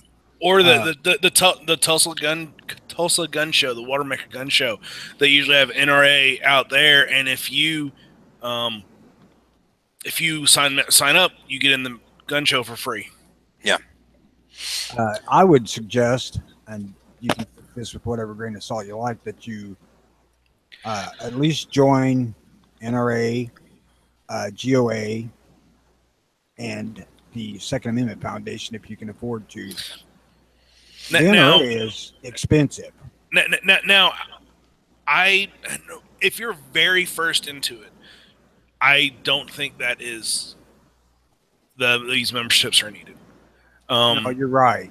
So I would say within the first 2 years of ownerships, or first year of ownership, you should really, after you really start to get into the gun culture and gun hobby, then you could start going, okay, what do I support? What groups do I want to become a member of? Well, hey, what got me into the NRA membership was the Taurus. I bought a PT 111 G2 5 years ago. They gave away, I mean, I've only been an NRA member for, I know it sounds bad, but I've only been really shooting for about the last 10 years. They gave away free memberships. If you bought the gun, you got a free membership. You just send it in with a copy of your receipt, and that's what got me on, and then I stay on. So, okay, now there's another one out there that Jimmy just posted on the gun channel side, USCCA. It's that U.S. Concealed Carry Association. That's concealed carry insurance, right? Mm-hmm. Yeah. Okay, now that's I teeter on that because I want it. I mean, there's different levels of protection you can get. If I got it, I would want to get the best. I know that there's also the NRAs pushing their own. I don't know if that's also USCCA. No, is that copy, a more expensive, not quite as good copy? Okay. Mm-hmm. Is this something that you guys should consider? And their second call defense. If you are getting a firearm for concealed carry, for home defense, stuff like that, it would be good to have, yes. And here's the reason why. In Nebraska, you can be sued on a civil level if you have an intruder come in your house and they say that if it was determined that your self-defense action was not justified, or you could have made an escape from your own home, Nebraska's bass backwards about it, you can be sued by the person that you injure, which is nuts. Now, granted, if they can't talk, they can't sue. If they take them out in a body bag, it's one thing. But the fact that you could be held civil liable, that really, really makes me consider getting the concealed carry insurance. Mm-hmm. Because the first thing I'm going to get is going to be a lawsuit for injury for that person because I permanently maimed them when I shot them. You know, if they take a swing at me and they run away, and in the heat of fire, I shoot them in the back. Or they take a swing, and as the gun goes off, I'm trying to defend myself. As they swing, okay, I have a video where I did a stand and draw 2 shots on 2 separate targets yesterday in 1.17 seconds. Okay, if someone takes and they rear back to punch me, I could draw, and especially if they're punching distance, I could draw and put one into their gut quicker than they could connect. So you do that, and I'm in fear for my life. You may not be criminally, but they can come back and sue you. It's not just, oh, you know, they do this and then I shoot them in the back. It's because if you shoot them in the back, you know, that could be a criminal. But civilly is where the big money outlay is. Now, we might have a cap in Nebraska, but I still have law fees. I'm going to have legal fees out the wazoo. I'm going to have to pay. Plus, I'm probably going to lose my gun. And who knows, I could lose my concealed carry license in the meantime. I mean, it's really, really consider. I don't know what USCCA is. Isn't it like 5 years of coverage for $500 or something like that? I guess I haven't looked, but I really need to consider high it. end is like $30 a month. Yeah. I want to know if there's actual users of that have had to use it. I want to know what the customer experience is like. You have to make that phone call to the lawyer. Is it legit?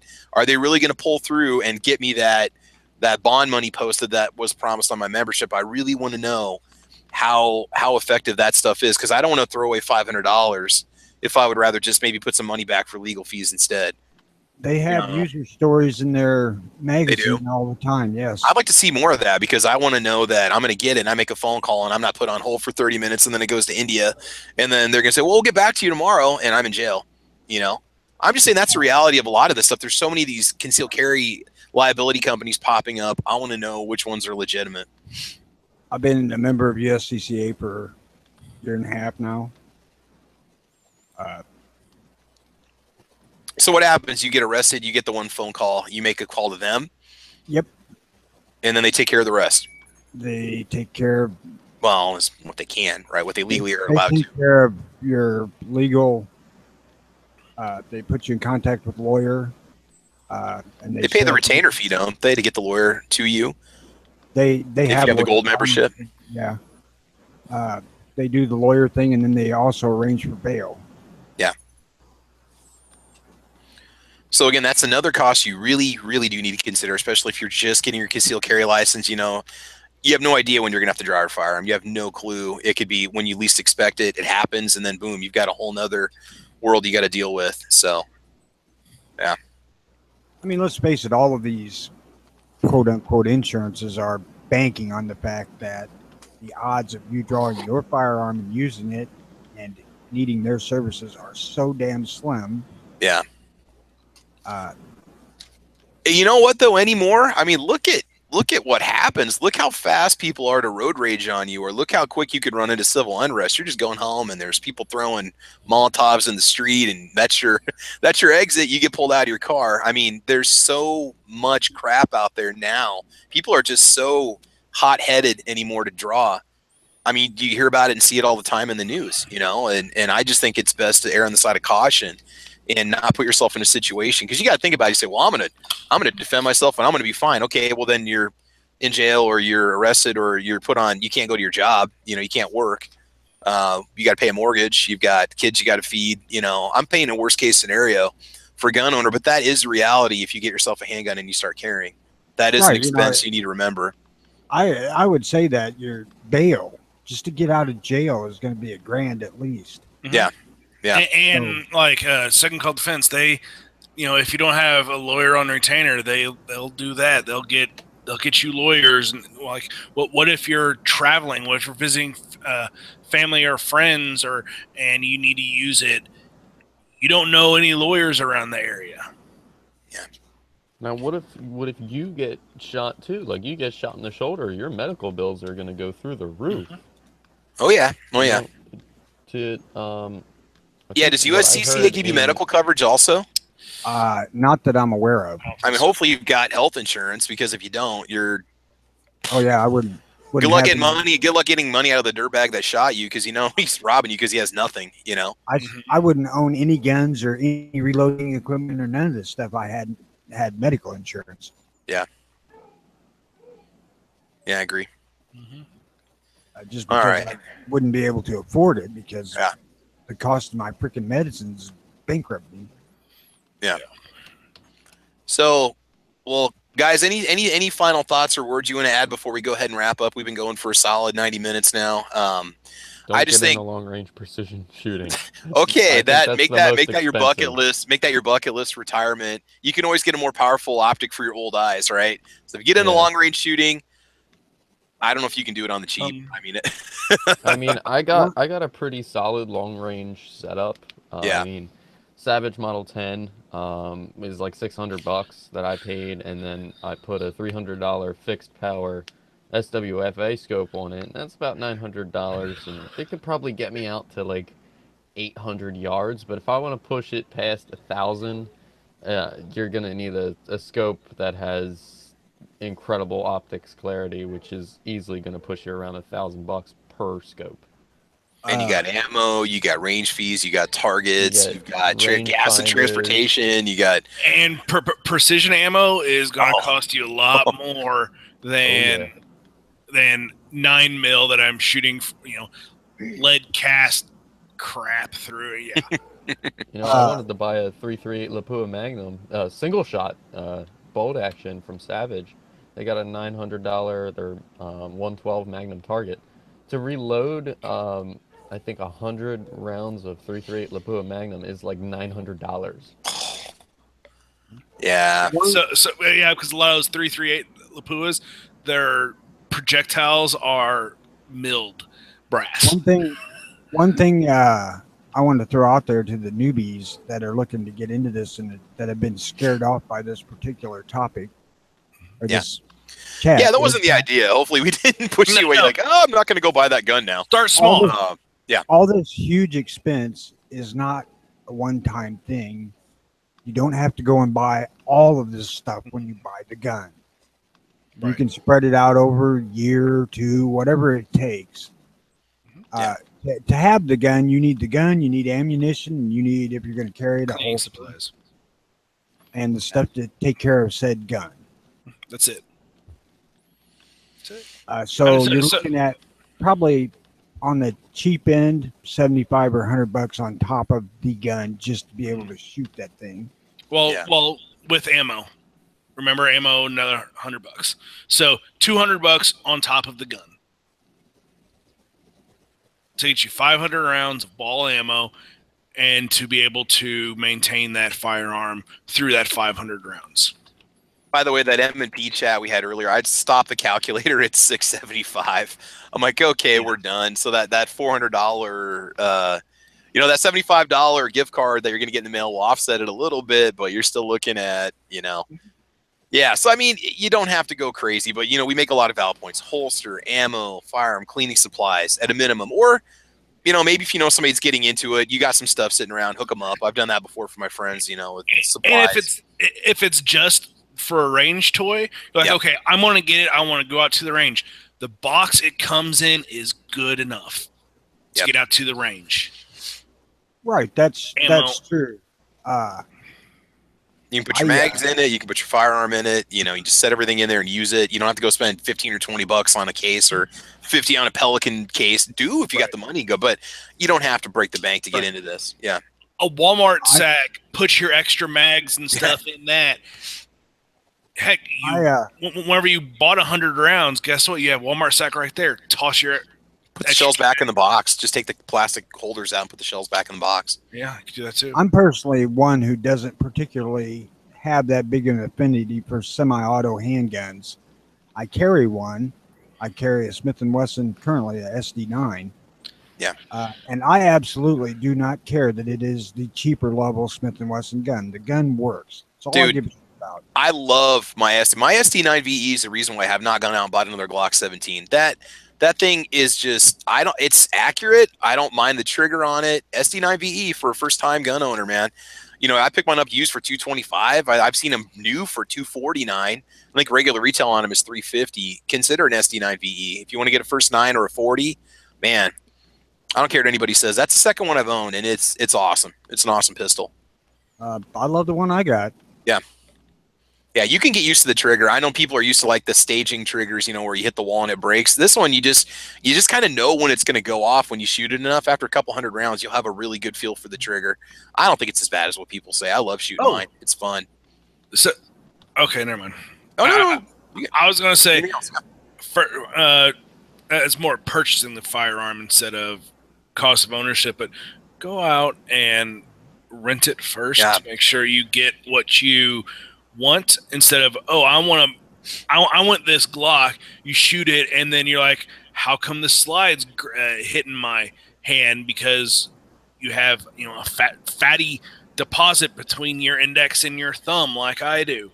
Glocks, every time I shoot a Glock 3 or 4 times, I have 2 red marks on my hand where I have no more skin left. You know? Because that means you'll have to sell that firearm and get something else, and that would be cost of ownership. Yeah. Where I was going when I started on the SD was the absolute latest and greatest name brand shit is not necessary. I'm carrying this thing in a like $8 Uncle Mike's nylon holster. And I love it. It's the most comfortable damn thing I've ever had. I'm sitting here at my desk with the gun on. I wear it all the time. And a holster, Uncle Mike's, for your first holster is fine. Even in competition, it's fine. It protects. It's not the prettiest. It's not the best. It's enough. That's the point right there. You know, what will work to get you into it? Like what Tony does. He says he carries it. You're like, oh, you know, he may like it. His body may like it. Mine, I didn't like how it felt against my body. But guess what? I get used to it. A human being gets used to a lot of things over their life. Having something on their waist, you'll get used to. It's just a little bit of determination. You know, after a month, you may get used to it. After 2 months, I don't know how long it'd take a person to get used to it, but you'll get used to whatever is there, and then you don't have it, and you're like, it feels weird. Yeah, I was just going to say that. I carry my gun all the freaking time, and when I don't have it on, it feels weird. I mean, and people are like, you know, how does that be? How could that be? How many of you guys used to wear a watch and don't anymore, and you remember that first time, like, oh, I'm not going to wear a watch today, and you feel weird not having that weight or having that on your wrist, and then a week later, you're like, oh, I'm going to put my watch back on. Oh, that feels odd. It's the same thing with having something on your waist. It's also like having a wallet in your back pocket all the time. Or and then you put it in your front pocket and you know it's there. You sit down on a chair without your wallet once and you feel like the chair's leaning. Yeah. You know, one small investment I highly recommend it to somebody who's a first-time gun owner, and this is ridiculous I waited this long. Get a real carry belt. Get a good carry belt. That nice rigid belt, it's going to take a lot of the weight off the holster that you feel and the pistol. And so when you're wearing it around, you're not even going to notice you have it on because it's so rigid. It prevents the holster from sagging. So that $10 Dickies Walmart belt, man, just spend 30 or 40, get a good real gun belt, and that'll make carry so much easier. That $10 Dickies belt, if you get the leather one, it's fine. Okay, so I have a couple, and I don't know. I mean, I'm spoiled though because I have a regular gun belt, and it's amazing. Well, and you can compare that to people that have belt, just wearing regular pants, have belts and don't have belts. You know how people that don't have belts are constantly, you know, walking a little bit and picking up their pants at their waist and stuff like that because it's starting to fall down. It's the same thing with a firearm. If you don't have a good belt, either rigid or a good tight belt, because tightness can overcome rigidity. Right, and that's something that I really need to point out too. Is I carry IWB, which is different than hanging. Hanging the gun on the outside, because I have carried my 629 on this belt, and I have to cinch that baby way down to keep the gun from dragging my pants off. Mm-hmm. So I mean, people that don't carry, like, you know, what's the difference between a stiff versus soft gun belt? Is walk around with a pair of pants that doesn't fit your body quite, you know, perfect. and you start or grab a pair of jeans, you start walking with at the very beginning of the day. Oh, these are awesome. 3 hours in the day, you're pulling them up because the fabric is stretched.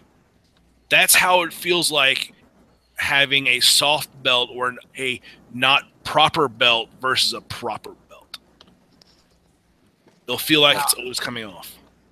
Something that a lot of people don't think about with the belt thing is like when you have a law enforcement situation, you're wearing an actual like Bianchi full police rig. You still have a regular belt underneath that thing that you use belt clips to clip the gun belt too. So, you know, the belt, the gun belt in that particular instance is not really taking the weight and dispersing it the regular freaking belt you wear is, and it can get really fucking uncomfortable to wear one of those. So I'm fine with the cheap belt because I'm going IWB, but if you're going to carry on the outside of your belt, get a good one. Yeah. Let's see. Night Strike, anything you want to say? I know Night Strike, you're getting into concealed carry now. Your experiences, what are you looking at as costs and expenses, and how is this whole thing settling on you? I don't know. I haven't gotten insurance yet, so I'm looking at insurance too. So I may need some recommendations on that. Another damned excuse. No, not an excuse. Not an excuse. Another expense. We can do another super chat podcast after this one. Insure my child so he can conceal carry without worry. No. I'll handle it. It's just that's all right. I need to know which one is the best one to get. That's my problem. USCCA. I can say that USCCA is good. I'm not going to say the absolute best because a couple others I saw looked really good too. The one that was mentioned here also. I like Second Call Defense. Second Call Defense. That one looks good. And then there's another one that's more of a, I thought it was kind of local in Arizona, but it may not be. And I, for life, can't remember the name of it. But they're a little bit different of an organization. They don't, quote unquote, advertise themselves as carry insurance. Okay, so if either of you if you didn't have insurance right now, and you had to buy some insurance today for concealed carry, which one would you go with then? USCCA. Okay. And I would do Second Call Defense. Okay. I mean, really, look at them and see what interests you and what would be what you think is the best for your situation, because Tony's situation is different than my situation. Right, and I don't think there's that much difference in them. It's true. I think they're pretty damn similar. It's just what do you want? Yeah. I mean, USCCA is out of Wisconsin, which is close to me, which makes it a little bit more appealing to me than somebody from way the hell away. And there's no logic behind that. It just, it's regional, and I kind of like that idea. All right. AWAG, anything you want to add at all? You talked about the precision shooting. Can I say one Tony. thing here? Go ahead, Tony. Go ahead. USCCA will spam the living shit out of you, so beware. They're as bad as the NRA about that. I'm already getting spammed by them. So. Where Second Call Defense, I may get an email from them every now and again with an update of what they're adding to my premium or not, and that's it. Everything they do goes to. So, okay, well, first with Second Call, did you go with like the Cadillac protection? I went with the second one, and it was like $19.99. They've actually, whenever I went and I recently, I have it on a monthly plan where they just charge my credit card, and my credit card denied them for some weird reason. So I went to give them a new credit card. Like, oh well, your plan is now $14.99, and you have $500,000 worth of coverage. Hey, Bruce. So yeah. Do they offer other stuff, training and whatnot? I don't think they do training. Online training. Yeah. Well, online, yeah, but it's not. Yeah.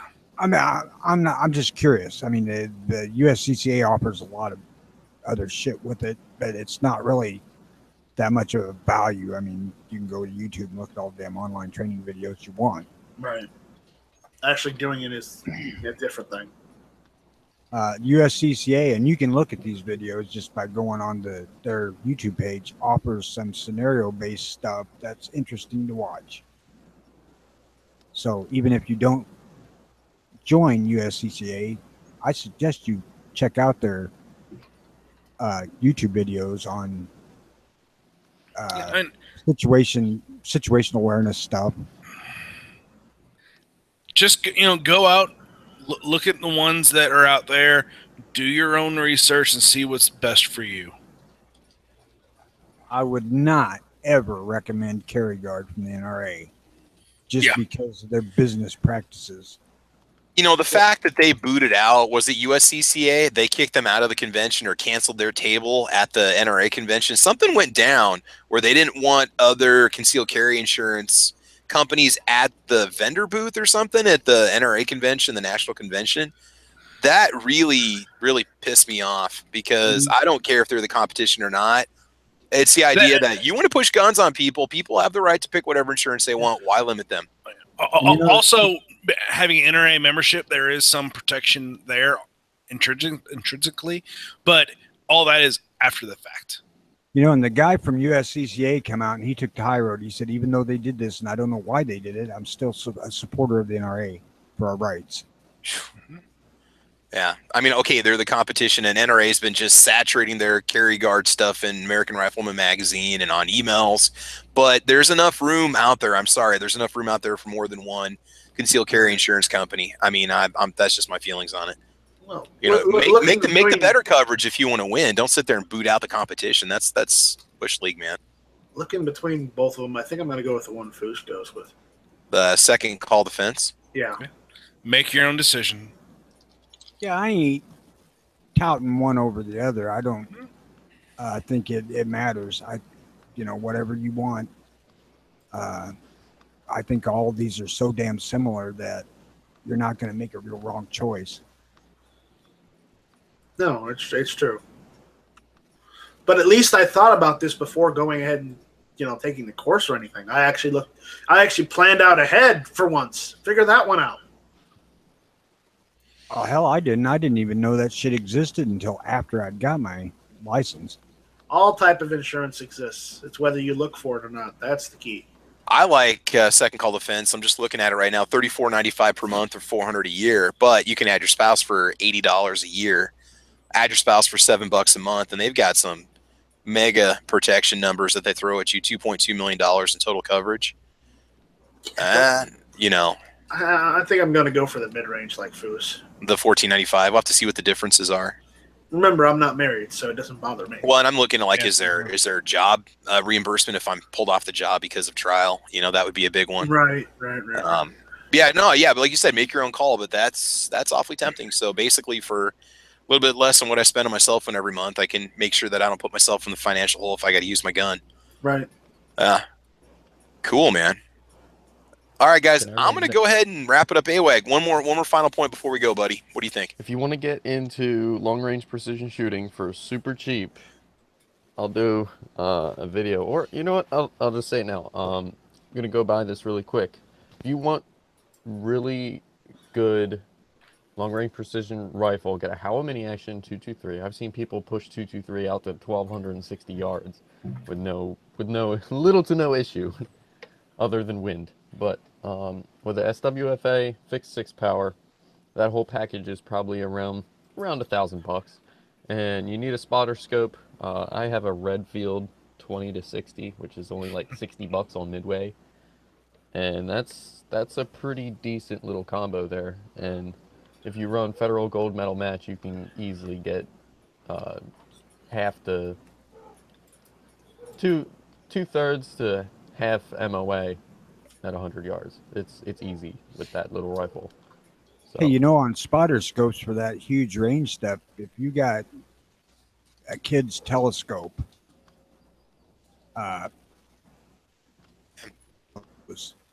I'd pick one up. Yeah.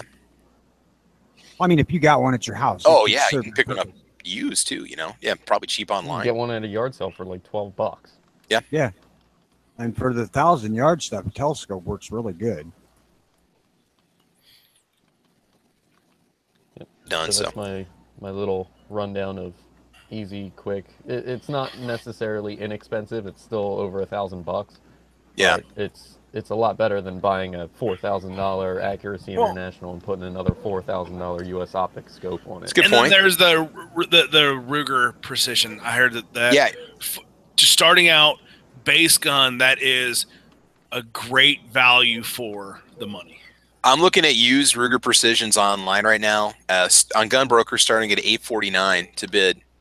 Gen 1. See, with that optics. I have an issue with the Ruger Precision rifle, just for the simple fact that my Savage Model 10 that cost me $620 can easily equal that Ruger Precision rifle or outclass it. Yeah. Savage is extremely underrated. Yeah. I agree. How many of you guys have heard of Tika? I have. Tika's good. Yeah. They're a little on the pricey side, though, sometimes. Yes, but again, underrated. Yes, very underrated. Sako and Tika are like some of the best rifles that I've ever shot. They're incredibly smooth rifles. I actually like the Howa. I mean, that was a hell of a gun, but it's a little pricey. Yeah, check out my review of the Howa Mini Action in 223 Remington that I have on my channel. I had one in 250. That was a good gun. And back when I got it, it was cheap because nobody'd ever heard of them.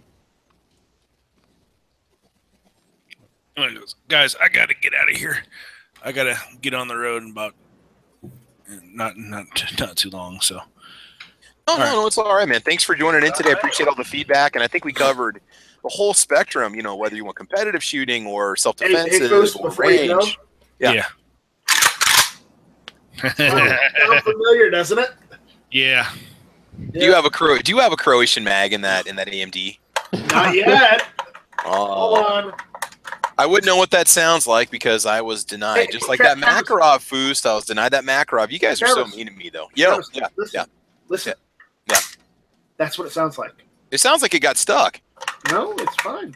No, I think I don't think it's functioning. I think you're trying to. Yeah, no, it's not. That's no. You pull the mag out there and you release the bolt. You don't have to lie nice, strike. Right, I gotta get going, you guys. I mean, yeah. Well, if he tried to use the mag that I first gave him, it wouldn't work. Yeah, I was trying to jam that one in. Was that 5? I did the same thing that Bruce did. Something. Bruce didn't look at what he threw in the box. I didn't look at what I pulled out of the box. And there we go. Yeah, that's how that happened. So whenever I sent him that, I sent him an AK mag, and then I sent him 2 AK mags, one 5.45, one 7.62. And for any of you guys that don't know, the 5.45 mags do not fit into the 7.62 gun for a reason. SE says, give them a Sky Mag. I've got plenty of Sky Mags you can have. I thought you sold that. No, I did. I'm just kidding. I actually gave it to my friend. After I fixed it, after I put the new slide in the barrel and the guide rod on it, it ran fine after that, but I'm never going back to that. So, all right. Yes. Okay. I think that's about it, guys. We had a lot of guys join us here over the course of the chat. On the YouTube side, SE92176, Rich was there, Grim was with us, Downtrodden showed up, Sean's out there, Jumpy, Jorge's with us, Sean Newman's with us, Sean Callahan, guys with us from the start. Thank you so much. Grim was with us. I think he might have had to take off. Scott Pacini, Rock Humper's out there. Guys, thanks for joining in. And then on the Gun Channel side, we had Patrick joining in, and Jimmy was over there too. So Clayton was over there also. Anyway, guys, thanks for joining us today. We'll try to have a show next Saturday. Might have some guests next Saturday. We'll see what goes down, but maybe we'll talk about how much does it really cost to go hunting. That's our next discussion. So hopefully we gave you some good pointers. Tony, I can give you a different Gmail address that you can sign in with if you want to use my alternate Gmail address. Nobody has to know it's you, and they'll hear your voice, but they'll see Travis pop up there, and so nobody's going to know it's. We'll just say you're one of the other Travises out there joining us. And signing in as me. I don't hide myself. I use my real name. There we go. There we go. All right. While we're signing out here, I just want to say that people can go to YouTube and check out the early watch shorts that Jimmy's doing. He's taking some of the best bits and making them into like 5-6 minute videos instead of having to listen to the whole long format of the show, which can be tedious. So go check them out. Heck yeah, I like that idea. I like that. You get the angry rant edition. You can have the great information edition. There's a lot of good possibilities there. I like that. Travis, I have to say something. Yeah, man, go right ahead. To all the viewers that are out listening and watching right now, you need to like this video. You need to comment on it. You need to subscribe to Travis's YouTube channel. Thanks, you need man. to help Travis out. And if you like this kind of content and you want more of it, check us out on Hit or Miss Tuesday nights, 9:00 Eastern. Exactly. Travis is almost always making attendance right there. Or taking Tuesday nights are good. I've pretty much dropped out of the Monday night Guns and Geeks. It's just Mondays. I got so much to do from the weekend, but I do the Wednesday night Guns and Geeks. I got Tuesday nights. I need to start doing some stuff on Thursday and Friday maybe. But then I got this one on Saturday, and I'm putting my own videos out. I put out like 17 videos a week, so you know. but remember, Tuesday nights where we have all the Croatian mags. Yes, and I have to listen to and be chambered every single week, and I have to keep giving. I gave you a rest. Don't give me that. I gave you a rest for a while. All right, no, it's good. For those of you who want more entertainment than just one show a damn week, check out the early watch every morning from 8:30 Central until 11:30 ish. I usually pop up as well too. I can't wait till we have our first snow day and I can join in again. That was awesome. I started at like 8 in the morning and I looked at the clock and it was 2:30 and we were still talking. I don't know where 6.5 hours went, but it was an unbelievable experience, man. It was nuts. We don't do that long format anymon because I miss that, man. Okay, well, yeah, you doing it every day. Me just jumping in once in a while. It was awesome. So, Sean has a question. What's on Tuesday night? Night Strike. What's on Tuesday night? Hit or Miss Tuesday nights, 9:00. Eastern time. Yep, that's right. Eastern, cool, guys. Man. Midnight Range joined in. He said early watch has been great lately, so there's some feedback for you. So awesome. Thank you. All right, Jorge. All right, I'm glad you liked the show. Hopefully you guys learned a little something, maybe got some advice about things you could change about your gun buying habits and what the cost of gun ownership really runs. Just something to consider whether you're just getting into buying your first firearm or you're thinking about buying that Martini Henry that's $279.99 in classic firearms and they only got one crate, $20 more for handpick. But yeah. All right, guys, thanks for joining in. I want y'all to have a great weekend, get your weekend started, get out there, have a good time, go do some shooting, get your rifle sighted in for deer season, and I think that's about it. So thanks for joining us. Oh, yeah, Tony. If Midnight is talking about just the last 2 days when I wasn't on the show, it got better, then I'm not quite so thankful.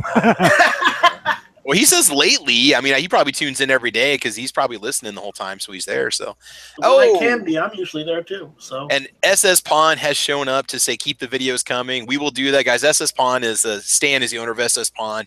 He's the guy that hooks me up with firearms from his private collection to keep bringing you guys videos. So I do appreciate that, Stan. Thanks for watching, man. And I think we're all set. So. Okay, guys, have a great morning. Have a great weekend, and we will talk to you maybe next week. We'll see how things go, and we'll talk to you then. This has been Caliber Corner number 14. Thanks a lot.